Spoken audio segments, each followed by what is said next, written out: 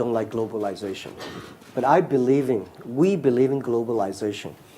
Globalization actually in the past 30, 40 years helped a lot of countries to grow, especially countries like China. But people don't like it because it's not inclusive. So globalization itself is good, but how we can improve it, how we can make more developing countries get involved, how we can help a small business get involved, young people get involved. In the past 20 years, the globalization was controlled by 60,000 big companies. So what if we can help 60 million or 60 million small business, any young people that can global buy, global sell? That's something that I think the world trade should be looking like. So I think today, because of the technology we have, because of the internet, because of the mobile phones, because of the new infrastructure that we are building up, we think we can help all the small business, young people. If they have a phone, they can global buy, global sell, global deliver, global pay, and global travel, having fun. That's the whole vision for EWTP. And I think this is what I talked to WTO. WTO needs to be upgraded to the second version, focusing on developing countries, focusing on the young people, small business. And most of the free trade zones today designed for only big companies. We think there should be free trade zones for small companies to import and export, 24 hours clearance custom office. And if you are below $1 million US exporting to the other countries, should be totally tariff-free. And EWTP refers 4 T: training, trade, technology, and tourism. So making sure that, because the whole world is expecting a new form of globalization.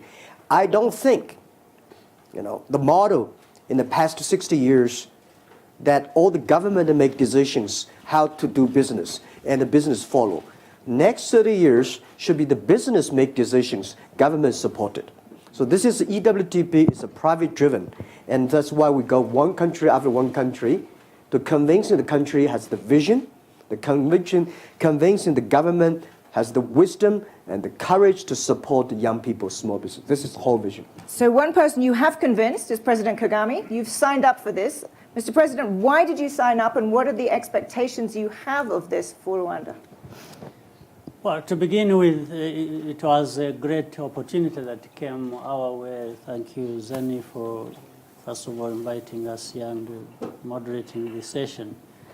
So when I met Jack Ma, and he had already thought through this in a broader sense, and was happy to start with Rwanda because of what Jack had observed in terms of the investments we have made in the area of infrastructure and technology and the governance generally thereof that would support this kind of business and relationship and transactions.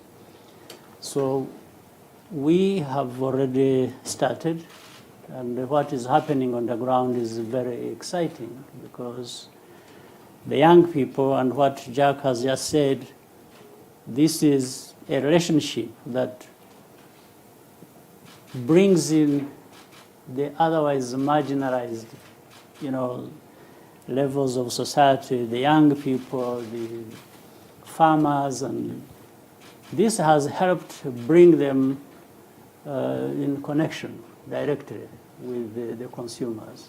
Can you give an example? You were telling me earlier about the example of coffee. This initiative was signed in October 2018, so really not very long ago. Yeah. Give us a sense of what on the ground has happened already. Already there is coffee being sold through this e-commerce. To Chinese customers. Chinese customers. And what is happening, on average, generally, a coffee farmer or business people were getting around $8 per kilogram. Now they have additional 4, which is $12 for every kilogram. And this happens very fast, and the transactions are very beneficial, almost real time. So one of the ambitious goals of this is that you said it was up to $1 million in transactions would be tariff-free, and you, Mr. President, have clearly agreed to that. Do you think, why did you do that? Because you think that's an important part of a development strategy? There's no question about it. If you look at the number of people who are going to benefit, the young entrepreneurs, these farmers who are involved in, for example, coffee businesses, it's all inclusive. The small and medium enterprises are benefiting, and these are the majority when it comes to the businesses in any country. You find these ones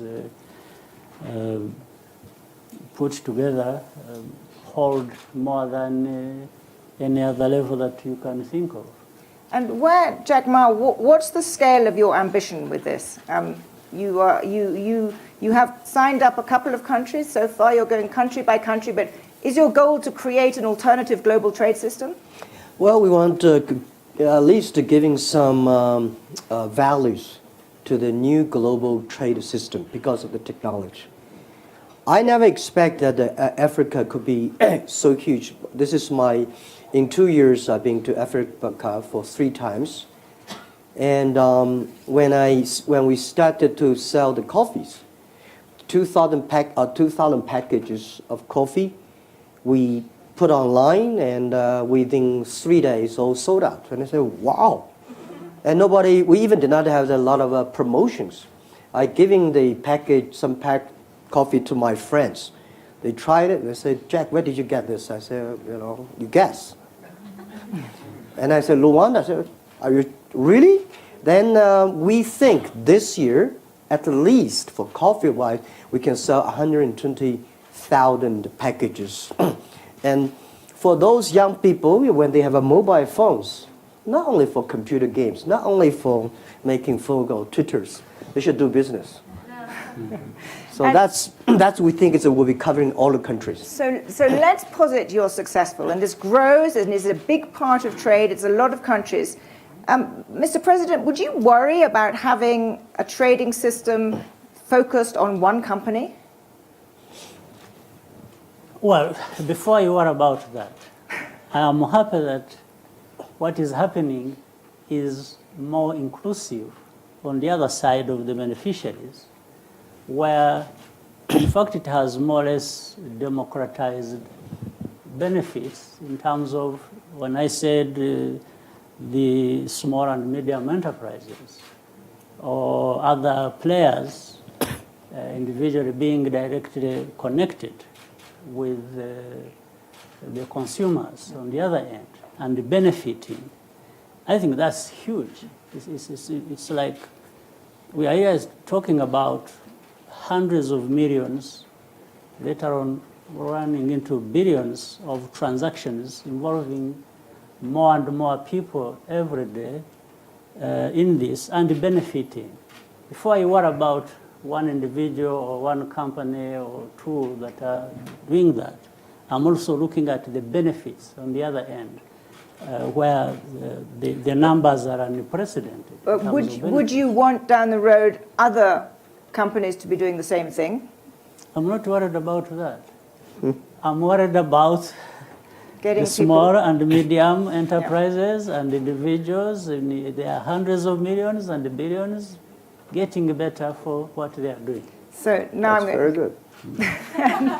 This is what I ask. First, it's not a one company because we can never deliver ourselves. We don't have one people deliver for us. So we have a lot of deliver company for us. We have a lot of payment. The banks get involved. We get a government. But even if one company, if this company can solve the SME problems, young people's problems, job creations, let him do it. That's what I would say. But first, there is no this company in the world. There will be no this one company can do everything. For Alibaba, for EWTP, we said, this is our idea, this is our vision. Nobody believed it. And then we invite people who believe in building it up and get involved. Rwanda is going to be the most important hub, the founding hubs of the EWTP. One day, there are people who get used to that hub. They will be experts sending expert to all the African. So this is the concept. This is the dream. This is not the. I think Alibaba cannot do it alone. We have to partner. Let me give another typical example. We are aware of, say, global pandemics. There have been diseases affecting millions of people, tens or hundreds of millions of people.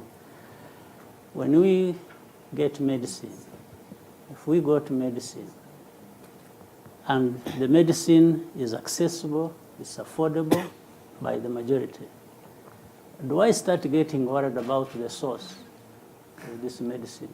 Do I start getting worried and say, why does this medicine come from one company?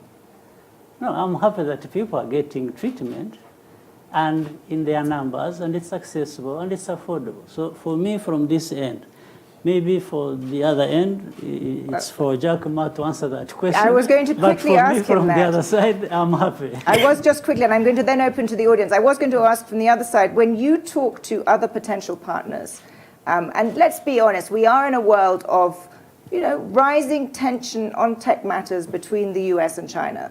And as people talk about a splinter net, is your very ambitious global plan viewed in some quarters with more suspicion than you would like?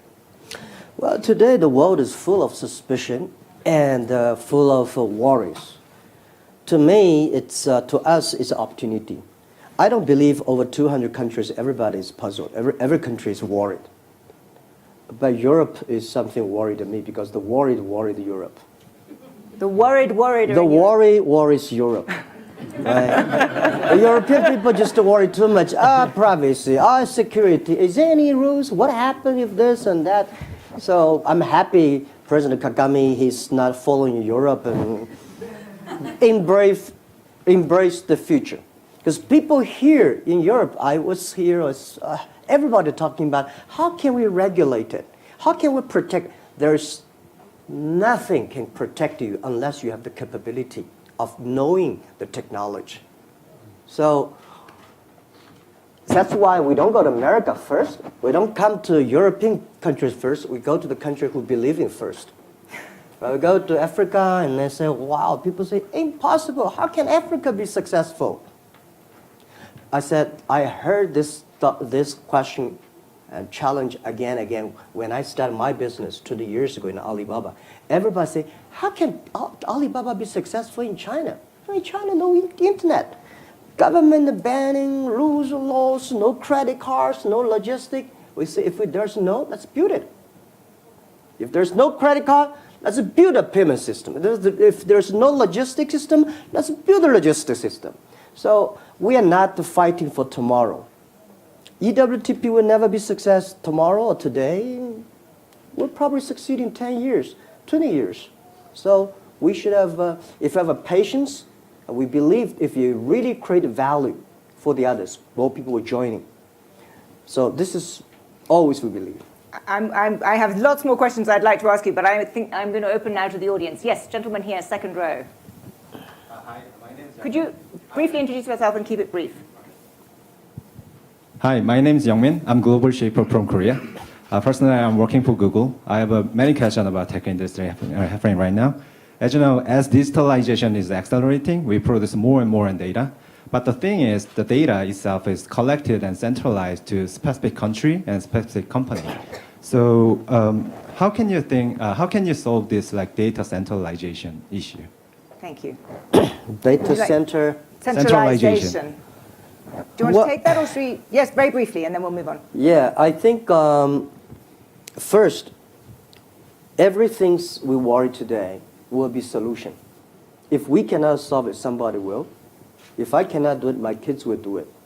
But if you don't do it, then there's no problem, there's no hope. So I don't worry about that. Most of the government today worry about the data, privacy, security, centralizations. It's just the beginning of the data period. Give another 5 years, you will find things will be completely changed. Thank you. There's a lady here at the front row.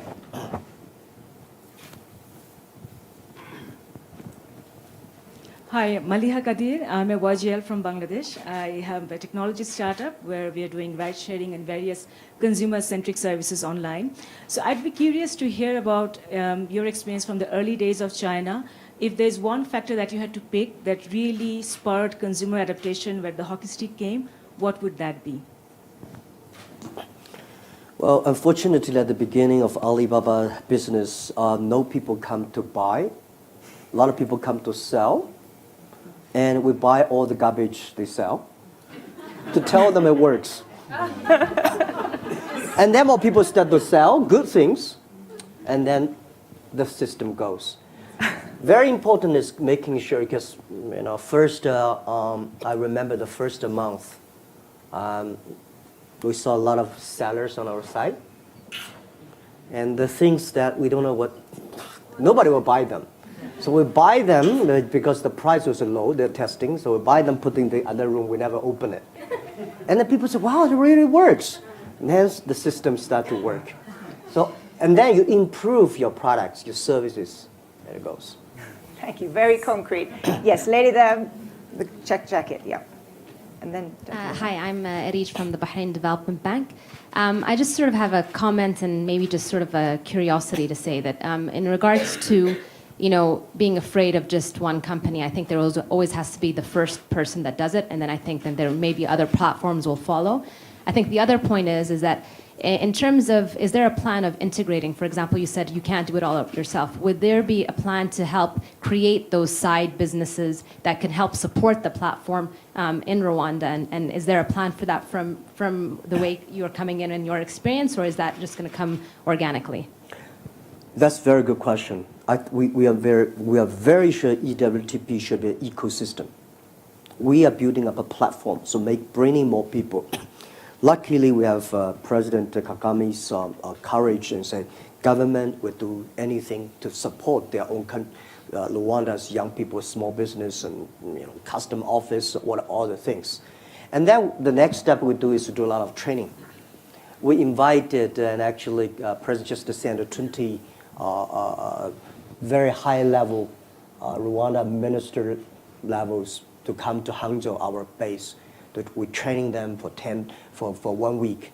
And the other job I'm doing is that we are accepting 500 entrepreneurs in Africa in next 3-4 years, and then sending them back. They're the seeds. They're going to train the trainers. They know how to do business.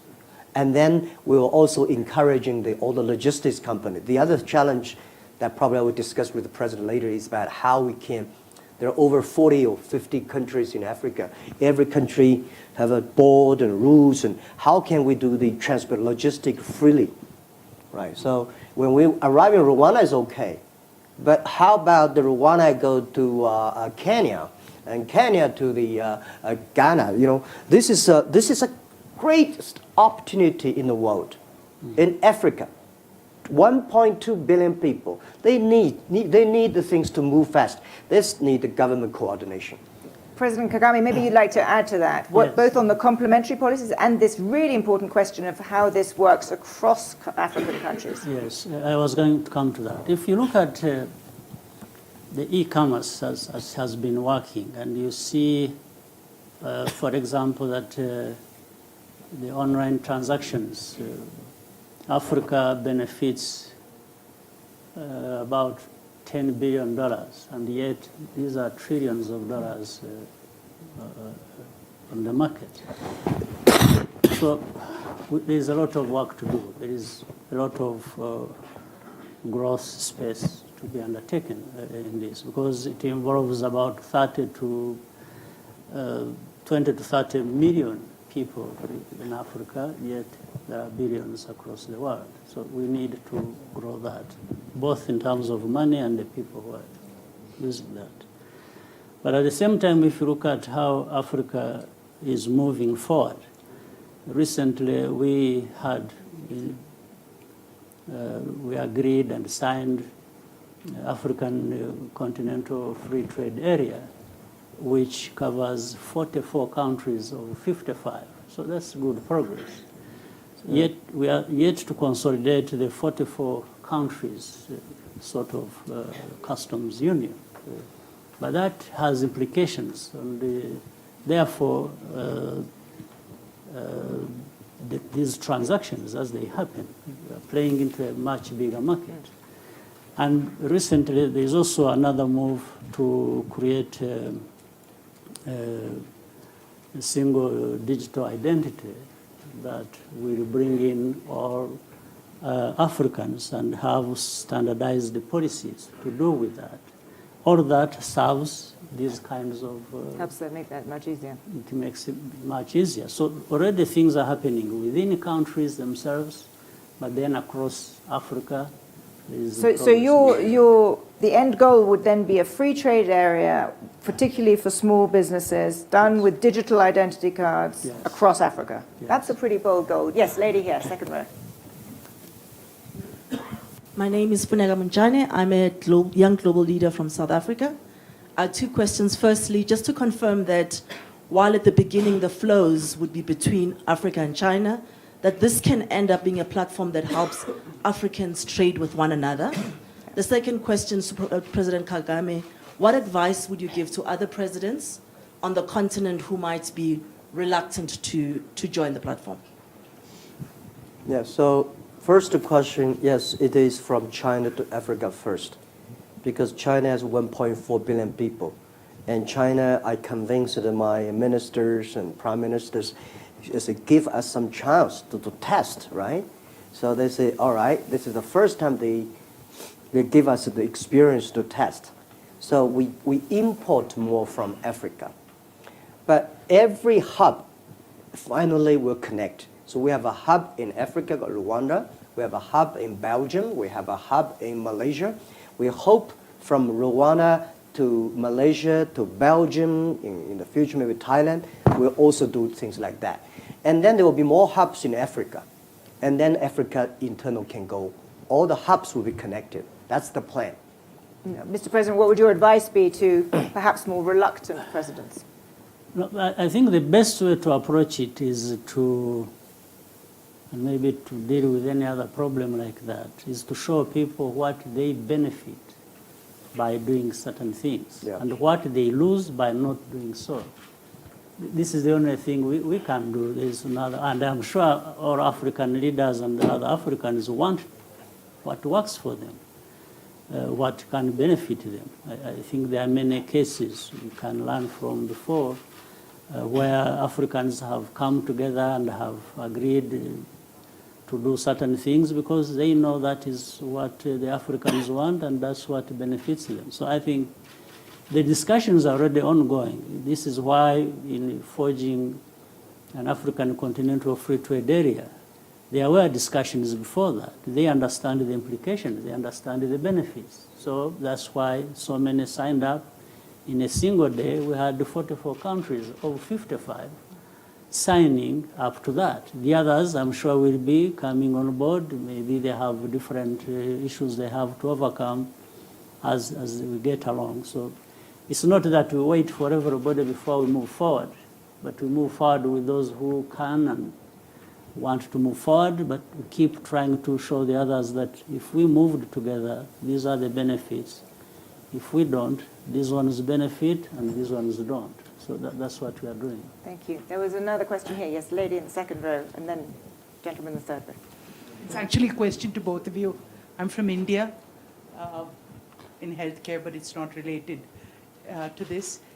Jack Ma, what would be, I love your vision and you make it sound so credible possible, but what is the country risk, the political risk, and that's what I would ask you also.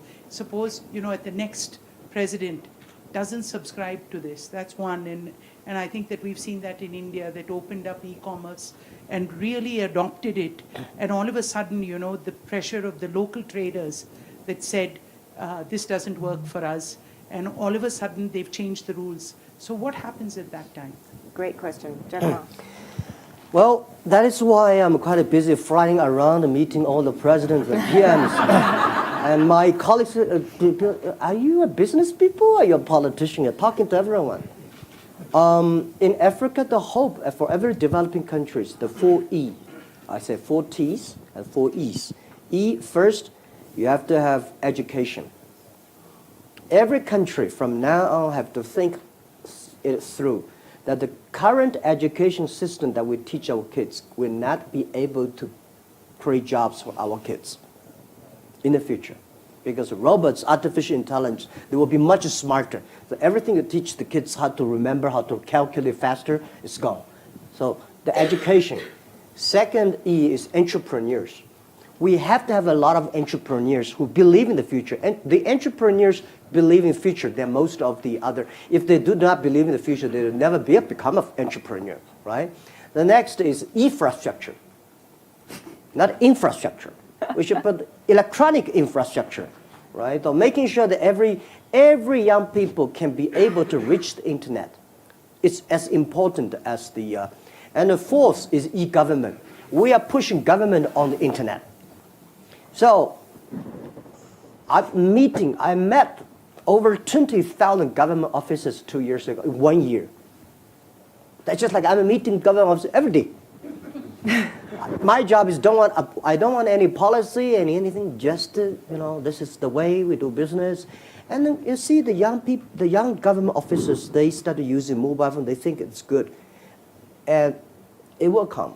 But by saying one thing, the policymakers, this is what exactly happened. This is a human being always happen. In 1860s, there's a bill in the UK called the Red Flag Bill. That is when car was built.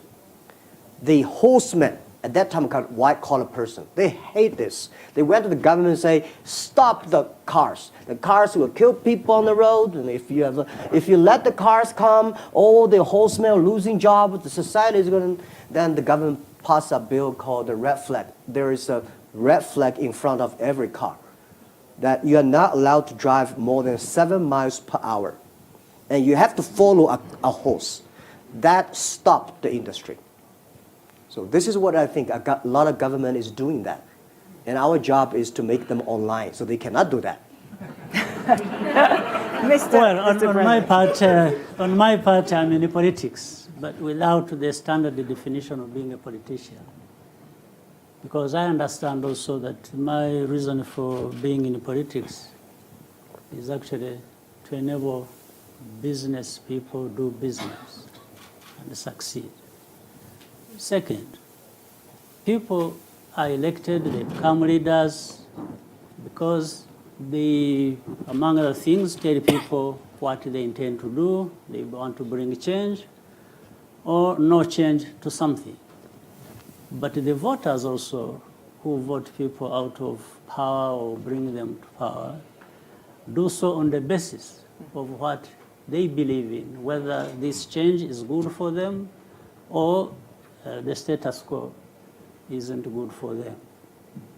So, and you are right in saying that in most of these things we do, there is a need for predictability, there is a need for sustainability. But the fact is, I think with what is happening, once the people are benefiting, then they will want to stay with the kind of things that benefit them. In this case, where the small and medium enterprises and the people involved and the jobs that are involved, once they've been created and they have tested that, do they really want this to be changed? If there comes a leader who wants to change this, maybe actually he won't come in the first place. They will not elect this leader.